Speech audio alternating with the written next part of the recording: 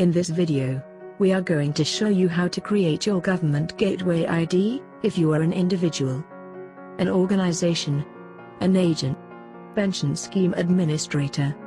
If you have not registered yourself with the HMRC, or government gateway before, then this is the right time to get started.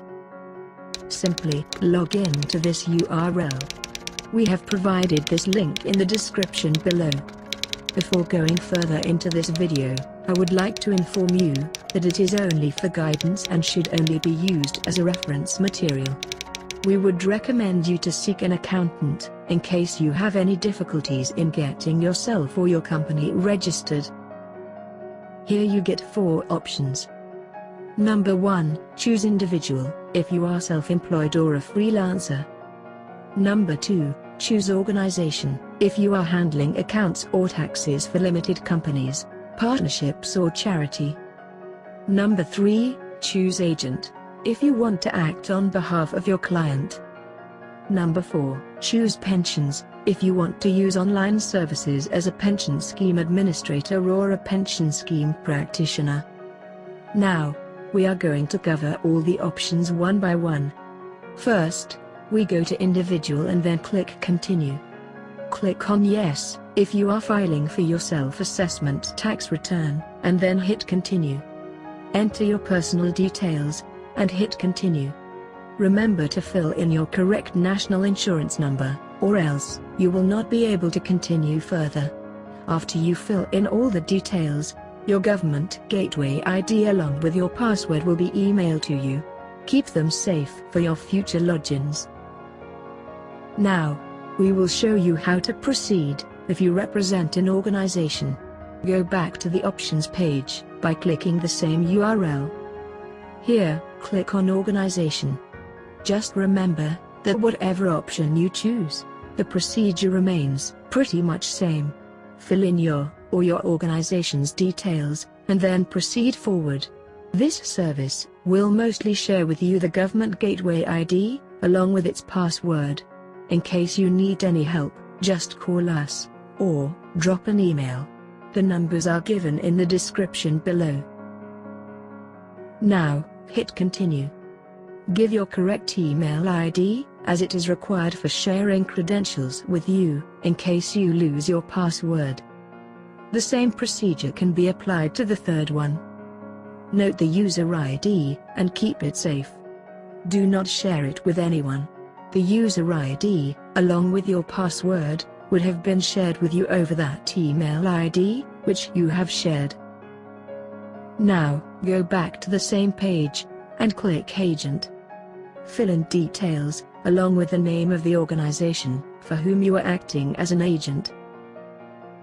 Hit continue. Your gateway ID is created. Now, we go back again to the main menu page. Choose pension. This is slightly different than the other options. You can select pension schemes for administrators. Basically, the scheme administrator is responsible for the tax affairs of the scheme, and for ensuring that it complies with its tax obligations. To be appointed as a scheme administrator, a person or persons must be resident in an EU member state, or, in Norway, Liechtenstein or Iceland. In many cases, the administrator will be the trustees.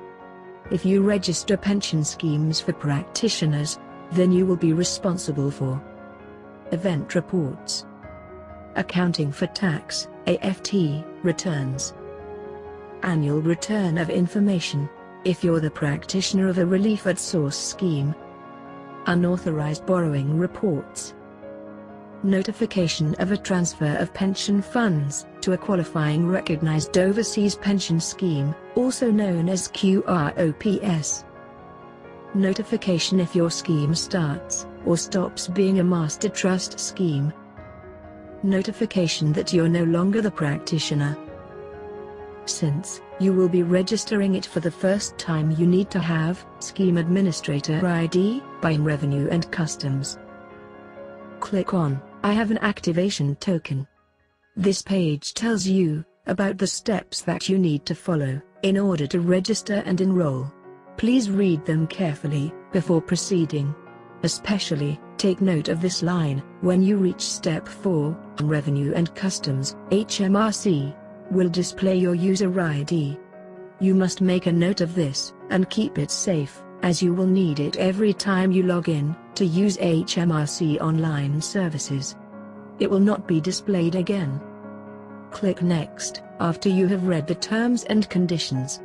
If you want to view the terms and conditions page, then simply click here. Fill your name, then click Next.